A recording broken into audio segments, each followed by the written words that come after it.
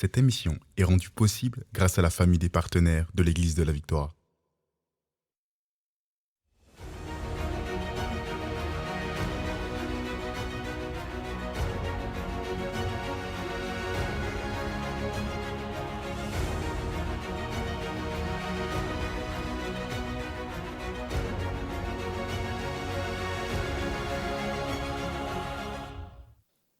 Bonjour tout le monde, c'est le pasteur Joël Spinks. Bienvenue à l'émission Parole de foi. Aujourd'hui, nous poursuivons dans une série vraiment importante concernant l'esprit de rejet. Je crois que le Seigneur Jésus veut vous libérer d'un esprit de rejet. Il veut vous faire du bien. Il veut transformer votre vie pour que vous puissiez vraiment vivre une vie épanouie. Le Seigneur Jésus est venu pour nous donner la vie et la vie en abondance. Mais en fait, il y a une multitude de chrétiens qui vivent dans la tristesse. Pourquoi? Bien, il y a plein de raisons, mais une des raisons, c'est parce qu'on vit avec un esprit de rejet. Peu importe ce qu'on fait, on vit dans la tristesse et on peut expérimenter certaines joies. OK? On peut, par exemple, rencontrer des nouvelles personnes, avoir des amis, et là, nous sommes dans la joie. Mais après un certain moment, on redécouvre que des chrétiens ou des amis sont imparfaits, comme les autres chrétiens que je pensais étaient imparfaits. Et au final, on est, désenchanté rapidement. Et là, après, on vit de tristesse en tristesse plutôt que d'aller de gloire en gloire. En fait, dans mon expérience chrétienne, j'ai vu qu'il y avait beaucoup de tristesse dans le corps de Christ. Et ce n'est pas normal parce que le Seigneur Jésus est venu nous sauver pour qu'on soit, rachetés de la malédiction de la loi, pour qu'on puisse entrer dans une vie de bénédiction. Et la bénédiction, c'est quelque chose de spirituel, c'est quelque chose de merveilleux. Et quand on y pense, là, quand nous sommes sauvés, nous sommes passés de la mort à la vie, nous sommes spirituellement vivants. Nous avons reçu un héritage glorieux en Jésus-Christ. On est en route vers le ciel. On devrait être les gens les plus heureux sur terre. Et pourtant, même si on croit tous, oui, on devrait être heureux en tant que chrétien, mais plusieurs sont tristes, malheureux, découragés, déprimés. Parfois, les chrétiens sont heureux à l'Église ou heureux derrière la chair en prêchant, mais dans leur vie personnelle, c'est pas vraiment ça, c'est pas la réalité. Mais pourquoi? Bien, vous allez dire, pasteur Joël, souvent on entend des messages de condamnation, des messages qui nous dépriment, et ça peut être la réalité aussi. Mais savez-vous, il y a une autre chose très présente dans le corps de Christ, et c'est l'esprit de rejet qui demeure dans la vie du chrétien. Donc, comme j'ai mentionné dès le début de cette série qu'on a commencé lundi passé, pas lundi de cette semaine, hier, mais lundi passé, juste avant. Donc, on est dans notre deuxième semaine dans cette étude hyper importante. En fait, on a tous vécu le rejet à un certain moment dans notre vie. Nous avons tous été rejetés. Nous avons tous été rejetés à un certain moment dans notre vie. Maintenant, il y a des gens qui ont été rejetés et qui ont guéri de ce rejet, et d'autres personnes ont été meurtries. Et en fait, là, ils vivent dans le rejet perpétuellement, et ce rejet est devenu un esprit. OK? En fait, c'est comme le rejet s'est transformé où il y a eu un esprit dans le monde spirituel, OK? Vraiment un esprit dans le sens littéral, qui est venu contrôler leur vie. Donc, ça peut être un mélange, comme j'ai mentionné déjà, ça peut être un mélange de l'âme, OK, dans notre pensée, notre volonté et nos émotions, où nous sommes meurtris, brisés, et puis là, il y a des mécanismes de défense dans l'âme, mais il y a aussi cette dimension spirituelle qui peut se mêler à tout ça. Donc, au final, on se retrouve avec des chrétiens qui ont aussi été blessés, comme tout le monde sur la planète, mais s'ils n'ont pas reçu la guérison, ce qui se produit, bien, ils sont tristes et malheureux, et puis ils peuvent même vivre sous des oppressions spirituelles. Donc, des oppressions, on parle ici de mauvais esprits qui sont là dans leur vie, au quotidien. On ne dit pas qu'ils sont possédés, mais ils sont opprimés, ou ils vivent des oppressions, ils sont spirituellement écrasés. C'est lourd, c'est difficile, ils sont dans la tristesse régulièrement, où ils sont très fragiles. Et si on leur dit quelque chose, ils peuvent vraiment mal prendre les choses, être blessés, attristés, et en même temps, en voyant la tristesse chez la personne blessée, là, ça fait d'autres inconforts, ça crée d'autres blessures chez la personne qui était innocente dans tout ça, qui voulait juste dire quelque chose de totalement innocent, par exemple. Donc, mais les incompréhensions, ça peut créer des blessures. Donc, au final, c'est vraiment compliqué. On ne veut pas vivre avec un esprit de rejet dans notre vie. On veut tourner la page, on veut recevoir notre guérison parce que Dieu nous aime. Dieu veut qu'on soit heureux. Et l'heure est arrivée pour nous, les enfants de Dieu, qu'on puisse vivre cette percée. Donc, on a besoin de réaliser premièrement si nous sommes dans cet esprit de rejet. On doit réaliser, est-ce que j'ai juste cet état d'âme dans mon cœur, dans ma vie en ce moment? Est-ce que c'est juste un état d'âme ou est-ce que c'est encore plus compliqué? Est-ce que j'ai aussi accueilli des esprits d'oppression dans ma vie parce que j'ai cru au mensonge? Rappelez-vous que c'est le diable qui est le menteur. Le diable est un menteur, il est le père du mensonge. Donc, si je crois constamment des mensonges sur moi-même et sur les autres aussi, bien, je vis dans le mensonge. Dieu veut me libérer. Donc, ce qu'on va faire aujourd'hui, on va comprendre comment on peut guérir du rejet. Aujourd'hui même, on va comprendre comment on peut guérir du rejet. Est-ce que vous êtes prêts? On va prier ensemble. Père éternel, je veux te remercier pour ce live, cette émission. Je te rends grâce, Seigneur, pour ta présence qui est avec nous aujourd'hui. Merci, Seigneur Dieu, pour un esprit de révélation que nous accueillons maintenant dans le nom de Jésus. Et Seigneur, je prie pour mes frères et mes sœurs qui ont été opprimés dans le passé, qui ont été découragés, qui ont cru toutes sortes de mensonges. Seigneur, je m'oppose au monde spirituel qui voudrait freiner la révélation de ta parole. Je lis le monde spirituel dans le nom de Jésus et je déclare que mes frères et mes sœurs reçoivent maintenant cet esprit de révélation. Ils vont avancer aujourd'hui même dans la liberté des enfants de Dieu. J'ai prié dans le nom de Jésus. Amen et amen. Alléluia. On va guérir du rejet. Le psaume 42 au verset 6 nous dit ceci. Pourquoi être abattu mon âme et gémir en moi? Espère en Dieu, car je le louerai encore. Il est mon salut et mon Dieu. Donc, la recette, c'est on doit espérer en Dieu. Comment espérer en Dieu? On tourne nos regards vers le Seigneur et c'est alors qu'on sera rayonnant de joie. Philippiens chapitre 1 au verset 6 nous dit, « Je suis persuadé que celui qui a commencé en vous cette bonne œuvre la rendra parfaite pour le jour de Jésus-Christ. » Donc, celui qui vous a sauvé, là, il rendra cette œuvre du salut parfaite en Jésus-Christ. Donc, ne pensez pas, OK, ben j'ai été sauvé, le Seigneur m'a pardonné de mes péchés, mais peut-être je vais être triste et malheureux jusqu'à temps que je rentre au ciel. Non, le Seigneur vous a sauvé pour vous libérer de toutes les œuvres du diable. Amen. Donc, si vous êtes triste et malheureux aujourd'hui, c'est l'heure que ça change. Est-ce que vous êtes prêts à vivre une transformation? Le psaume 147, verset 2. Écoutez bien, on arrive à un point très important maintenant. Le psaume 147, verset 2 et 3. « L'Éternel reconstruit Jérusalem. Il rassemble les exilés d'Israël. Il guérit ceux qui ont le cœur brisé et pense leurs blessures. » J'aimerais vous dire que Dieu est l'auteur de votre guérison aujourd'hui. Il est l'auteur de votre délivrance. Le Seigneur Jésus est là aujourd'hui pour guérir vos blessures. Il est là pour vous guérir du rejet. Alléluia. Et ce texte, le même texte, le psaume 147, verset 2, nous dit « L'Éternel reconstruit Jérusalem. » Et si votre vie a été détruite par un esprit de rejet, j'aimerais déclarer sur vous que l'Éternel reconstruit votre vie aujourd'hui même. Amen. Il rassemble les exilés. Mais qui sont les exilés dans votre vie aujourd'hui? Est-ce que c'est vos amis qui vous ont abandonné? Est-ce que c'est votre joie, votre paix? Qu'est-ce qui vous a abandonné? Qui sont les exilés dans votre vie? Bien, Dieu veut tout restaurer pour vous aujourd'hui même dans le nom de Jésus. Il veut restaurer votre joie. Il veut restaurer votre paix. Alléluia. Il veut vraiment vous restaurer dans votre cœur dans le nom de Jésus. Alléluia. Pour y arriver, on va finir ce qu'on a commencé hier. Hier, on a identifié en fait 3 choses, les 5 étapes précises pour vivre une guérison. Je vais revoir avec vous les 3 premiers points et on va terminer dans cette émission points 4 et 5. Donc, la première chose qu'on a dit pour entrer dans cette dimension de guérison, donc les étapes précises, là, la première chose qu'on a dit, on veut identifier les symptômes et les racines en fait qui mènent à toutes les choses de souffrance qu'on peut vivre constamment dans cet esprit de rejet. OK? Donc, on veut identifier. Et quand on a identifié la source, la racine, les symptômes, on dit, voilà, OK, j'ai identifié ça. Maintenant, je peux être dans la foi pour la guérison. Amen. Donc, je suis conscient que ces choses-là sont présentes dans ma vie. Je ne fais pas de négation. Je ne dis pas, non, non, non, tout est beau, tout est parfait. Je réalise, non, je fais face à la musique, comme on dit en anglais. Je fais face à la réalité. Et je dis, non, non, cette réalité, elle est là, mais elle va quitter ma vie. Amen. Je dois l'identifier. Première chose.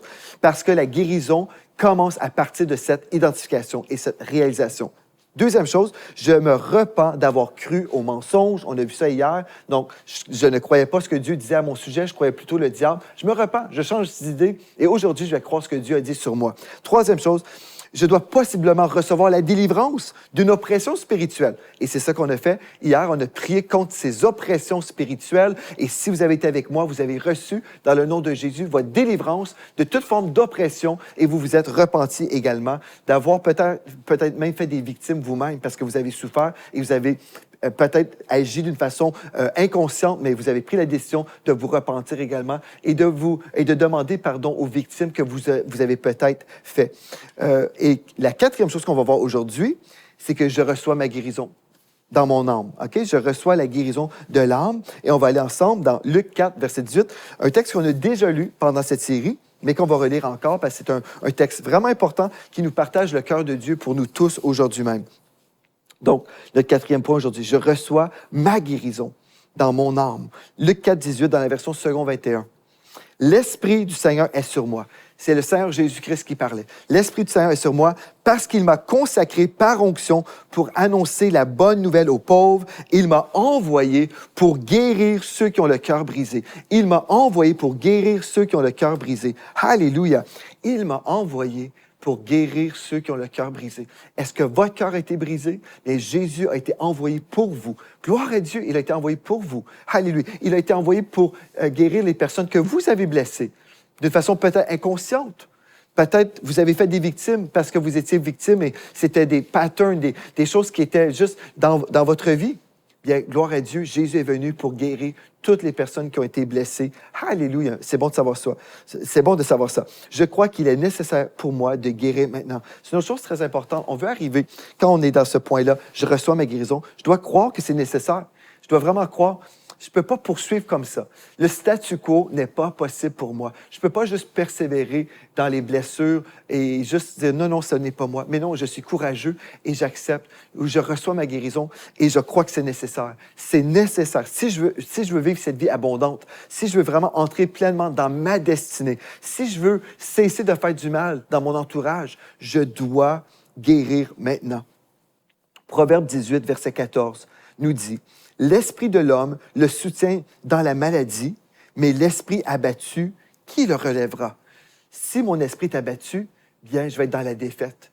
Donc, j'ai besoin d'être soutenu dans mon cœur. Et la façon que je vais être soutenu, c'est justement dans la guérison. Proverbe 16, verset 32, dans la version Parole de vie. Proverbe, chapitre 16, au verset 32, version Parole de vie. Nous lisons: celui qui est maître de lui vaut mieux qu'un chef de guerre.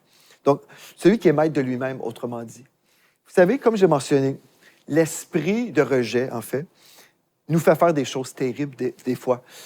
Comme j'ai mentionné, il y a quelqu'un qui a juste été rejeté dans sa vie. Cette personne a souffert comme tout le monde, mais d'autres personnes ont souffert et puis ils ont accueilli, sans savoir forcément, mais ils ont accueilli un esprit de rejet. Et puis là, cet esprit a pris le contrôle de leur vie. Ce n'est pas parce qu'on a donné le contrôle à cet esprit qu'on n'est pas fautif si on fait des victimes. On ne peut pas s'excuser comme ça, mais on peut comprendre. On peut comprendre en réalité pourquoi on voit ce qu'on voit. Donc, ça nous aide à comprendre, ça ne nous excuse pas si on a fait des victimes. C'est pour ça qu'on se repent si on a fait des victimes. Mais en fait, celui qui est maître de lui-même vaut mieux qu'un chef de guerre. Un chef de guerre. On parle ici pas juste d'un soldat, mais d'un général. On parle d'un chef de guerre. Mais en fait, ce texte nous dit, celui qui est maître de lui vaut mieux qu'un chef de guerre. C'est-à-dire celui qui est au contrôle de lui-même. En fait, il est plus puissant qu'un chef de guerre. Ce qui veut dire, je ne peux plus céder ma volonté à des esprits de rejet. Je ne peux plus céder ma vie au contrôle de mes émotions. Je ne peux plus céder qui je suis à des émotions qui peuvent monter, descendre, fluctuer. Ce n'est pas possible pour moi. Je dois prendre le contrôle et devenir justement puissant, plus qu'un chef de guerre, et dire, selon le Proverbe 16, verset 32, non, aujourd'hui même, je réalise que je suis un enfant de Dieu. Je suis un enfant de Dieu. J'ai reçu une autorité spirituelle. Je comprends, j'ai été victime dans le passé. Je comprends, j'ai été rejeté. J'ai été maltraité. J'ai vécu ces choses-là. Mais mon passé ne déterminera pas mon avenir. Je ne serai pas une victime perpétuelle. Je deviens aujourd'hui même un victorieux en Jésus-Christ. Vous savez, des fois, il y a des gens qui trouvent un refuge dans leur passé. Ils disent, oui, mais si je suis comme ça, et oui, si je fais des victimes, c'est parce que moi-même, je suis une victime. On peut comprendre, frères et sœurs, écoutez-moi très, très bien, on peut comprendre la raison pour laquelle on a fait des victimes. Mais dès qu'on le réalise, il faut arrêter.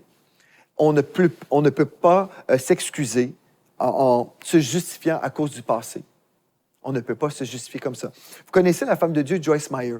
Joyce Meyer a été abusée tout au long de son enfance. Son père l'abusait, si vous connaissez son histoire. Elle était abusée terriblement par son père. Elle avait toutes les raisons au monde de dire bien moi, si je suis comme je suis, c'est parce que je suis une victime. Mais justement, parce qu'elle était une victime, elle a décidé, moi, là, ce que je vais faire, je vais servir le Seigneur avec ma vie. Je vais devenir cette femme victorieuse et je vais faire des victorieux. Au lieu de faire des victimes, elle a décidé, ma vie va compter pour quelque chose. Je vais faire des victorieux, des victorieuses. Je vais prêcher l'Évangile et je vais libérer les captifs. Elle a pris la décision de mettre un stop à cette mentalité de victime. Frères et sœurs, vous savez, on a commencé cette semaine, on est arrivé dans la compréhension, dans la première semaine, là, on a compris beaucoup de choses, on a décortiqué les choses. C'est très important de le faire. Mais après, quand on réalise, là, quand on arrive à cette réalisation, quand on réalise, OK, je comprends maintenant, je comprends ce que j'ai vécu, j'ai discerné des choses dans ma vie, j'ai discerné les symptômes, les racines, mais aujourd'hui, je discerne également que je dois me décider, je dois prendre la décision que cet esprit de rejet sera détrôné de ma vie une fois pour toutes.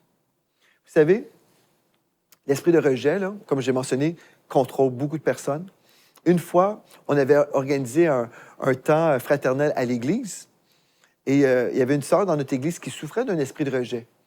Et ce qu'elle a fait, elle est rentrée chez elle et puis elle est allée sur les réseaux sociaux pour dire « Bien, je suis toute seule, je suis triste et toute seule » pendant le repas fraternel à l'Église. Imaginez ça. Donc, l'esprit de rejet, en fait, qu'elle avait accueilli, elle vivait, en fait, cet esprit de rejet. C'était son identité.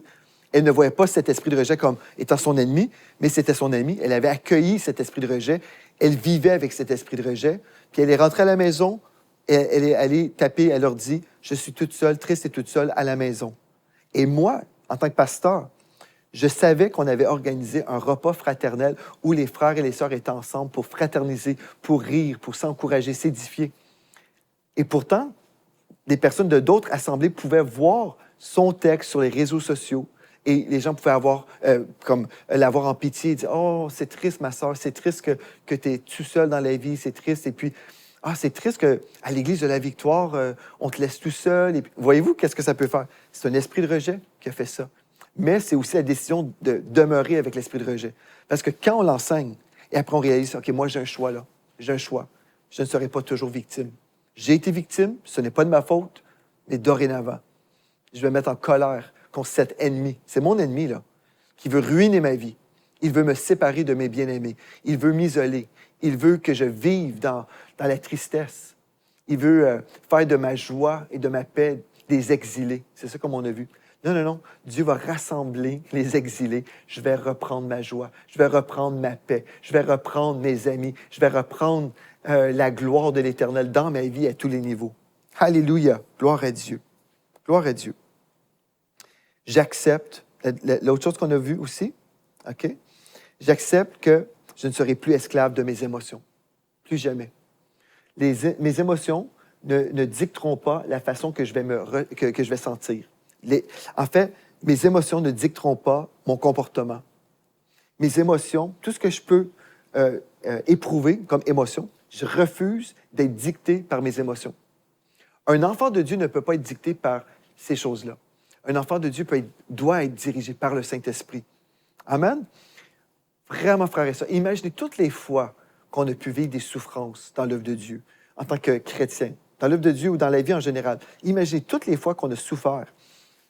Si on était là et on se dit, je ne peux pas répondre à l'appel de Dieu aujourd'hui parce que bien, on m'a fait de la peine, on m'a blessé. Bien, je pense qu'il n'y aurait pas beaucoup d'ouvriers du Seigneur aujourd'hui parce que chaque enfant de Dieu a été attaqué, chaque enfant de Dieu a été bafoué, a été rejeté, chaque enfant de Dieu a souffert. Mais on a pris la décision, non, je vais dominer sur les sentiments, je vais dominer sur les émotions, je ne serai pas dévoré par toutes ces choses-là. Je refuse d'être sous ces influences-là. C'est moi qui vais dominer sur ces choses-là. Amen. Alléluia. Donc, ne soyez plus esclaves de vos émotions. Et on peut déclarer, Père, tu as oint Jésus pour guérir mon cœur brisé. Je reçois par la foi ma guérison. Amen. Tout simplement. Je reçois par la foi ma guérison. C'est terminé. C'est terminé. J'ai vu ça trop longtemps dans ma vie. J'ai vu des patterns. Et finalement, j'accepte le processus de la restauration. J'accepte. C'est un processus. Vous savez, des fois, les gens parlent du pardon comme étant un processus. Le pardon, non, ce n'est pas un processus, c'est une décision. Je décide de pardonner mon prochain. Maintenant, la guérison de la blessure, ça, c'est un processus. Ça peut prendre un certain moment où je vais vraiment être guéri pleinement dans mon cœur. Oui, ça peut prendre un temps, ça peut prendre du temps. Ça, oui, mais la décision du pardon, c'est une décision. Je décide, je pardonne. Maintenant, le 5e point, j'accepte le processus de la restauration. En fait, est-ce que c'est une simple prière qui va tout changer? Oui et non. Donc, ça commence là. On prie, amen. Mais après, je m'expose à la parole de Dieu comme j'ai enseigné. Donc, quand je dis oui, oui et non, bien oui, un esprit méchant doit quitter tout de suite dans le nom de Jésus. Quand on fait le ménage spirituel, on chasse ces esprits d'oppression. Maintenant, dans le nom de Jésus, ils ne partiront pas selon un processus. Ils ne vont pas abandonner une partie de votre vie. Non, vous les chassez d'un seul coup. Amen. Vous recevez votre délivrance. Amen. Mais les mensonges que vous avez crus depuis des années doivent être remplacés par la parole de Dieu. Le processus de devoir remplacer les mensonges par la vérité prend du temps. Méditez la parole jour et nuit pour agir fidèlement, selon Josué chapitre 1, verset 8. Donc, méditez la parole jour et nuit. Le jour et la nuit, ça nous parle du temps, là. Ça va prendre du temps. Si je veux remplacer des années de mensonges, des années de patterns dans ma vie, où je crois toujours des mensonges, où j'ai été façonné par des expériences blessantes et qui ont créé en moi toutes sortes de mécanismes de défense. Ça va prendre du temps, remplacer tout ça. Mais si je prends le temps avec le Saint-Esprit, dans la prière, dans la parole, le Saint-Esprit va effectuer des miracles dans mon cœur. Donc, c'est possible, mais c'est une décision. Vous savez, frères et sœurs, j'ai prêché la délivrance, j'ai prêché la guérison depuis de nombreuses années. Il y a des personnes qui ont reçu et d'autres personnes qui ont entendu le même message qui n'ont jamais reçu. Pourquoi? C'était une décision. Est-ce que je me décide que je vais vivre autrement? Est-ce que je décide de guérir aujourd'hui? Est-ce que je décide d'entrer dans le processus de transformation en m'exposant à la parole de foi? Alléluia. Une personne doit apprendre la vérité sur elle-même en s'exposant à la parole de Dieu. Et si vous dites, je ne sais pas comment faire, Pasteur Joël, bien, vous pouvez écouter nos enseignements ici à la parole de foi, mais aussi sous ce player, sur la chaîne YouTube de l'Église de la Victoire, nous plaçons en fait un lien. Vous cliquez dessus et vous allez découvrir votre identité en Jésus-Christ. On va prendre le temps avec vous. Vous prenez le temps, vous méditez, vous lisez les versets sur qui vous êtes devenu. Et au lieu de croire le mensonge, que vous êtes un perdant, que vous êtes un rejeté, vous prenez le temps et vous méditez sur votre nouvelle identité en Jésus-Christ. C'est ça qu'on voit, en fait. On prend le temps. Josué 1,8, que j'ai cité rapidement, nous dit que ce livre de la loi ne s'éloigne point de ta bouche. Médite-le jour et nuit pour agir fidèlement selon tout ce qui est écrit, car c'est alors que tu auras du succès dans tes entreprises, c'est alors que tu réussiras. Et en fait, Proverbe 4, verset 20 nous dit « Mon fils, sois attentif à mes paroles. Prête l'oreille à mes discours. » Donc, c'est une décision, encore une fois. Dieu, le Saint-Esprit, nous invite et Dieu, le Saint-Esprit, va nous révéler la vérité. Donc, annuler les mensonges par la vérité.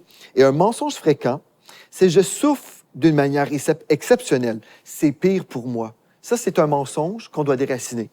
Je souffre d'une manière exceptionnelle. C'est pire pour moi.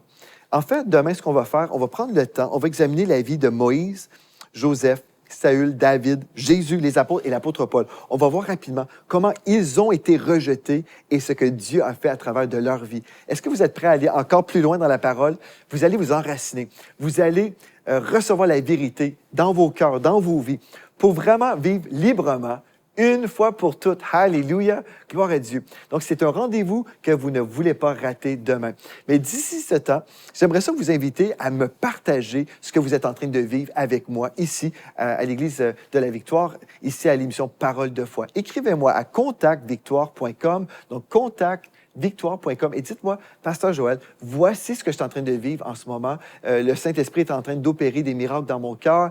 Moi, je veux vous lire. En fait, j'aime ça vous lire. Et même, vous savez, pendant nos lives de guérison, les mercredis, ici, sur la chaîne YouTube de l'Église de la Victoire, et même aussi à la télévision, aussi les samedis soirs sur Évangile TV, vous pouvez lire, vous pouvez nous écrire et on va vous lire. Vous comprenez? Donc, vous pouvez nous écrire et puis vraiment, on lit constamment des témoignages de vie transformés. Donc, si vous vivez quelque chose cette semaine, ne ratez pas l'opportunité de glorifier le Seigneur Jésus avec cette nouvelle révélation que Dieu a faite, vous a donnée, pour qu'on puisse aussi célébrer le Seigneur pour votre percée. Gloire à Dieu. Donc, aujourd'hui, je veux vous remercier d'avoir été là. Invitez des amis. N'oubliez pas certainement de partager sur les réseaux afin que le plus grand nombre puisse découvrir que Jésus n'a pas changé. Il guérit encore, il délivre encore. Et d'ici à demain, rappelez-vous de ceci, en Jésus, vous êtes richement bénis. Vous êtes bénis par les messages révolutionnaires de l'Église de la Victoire. Prenez part à cette œuvre qui transforme des milliers de foyers en visitant dès aujourd'hui semer.ca. Devenez un partenaire mensuel ou un bâtisseur ou paramétrez vos dons de façon automatique en toute discrétion et sécurité. 100% de ce que vous semez sert à annoncer l'Évangile. Merci de croire avec nous. Semer.ca